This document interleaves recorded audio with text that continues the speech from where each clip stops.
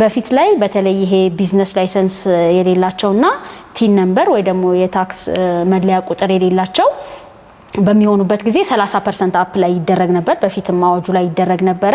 ምናልባት በፊት አዋጁ ላይ ቲን ያላቀረበ ሰው ነበር የሚለው አሁን ቢዝነስ ላይሰንሱም ቲኑንም አንድ ላይ አድርጎ ያላቀረበ ሰው ፕራክቲስም በፊትም ነበር። በርግጥ ፕራክቲስ ሁለቱንም ያላቀረበ በ30% ዊስሆልድ ይደረግበታል። ያንኛው እንደቀጠለ ነው ያለው።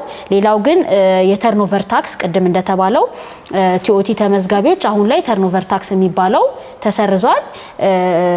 በቅርቡ እንኳን የአነስተኛ ግብር ከፋዮች ቅርንጫፍ ጽህፈት ቤት ያወጣው ተርኖቨር ታክስ ተመዝጋቢዎች የነበሩ እሱ ተሰርዞ ወደ የተጨማሪ እሴት ታክስ ወይ ደግሞ ወደ ቫልዩ አድድ ታክስ እንዲመዘገቡ እንደ አዲስ ጥሪ አድርጓል። ስለዚህ ይሄኛው አዋጁ ካሳወቃቸው ማሻሻያ ወይም ነው ለውጦች ናቸው ማለት ነው።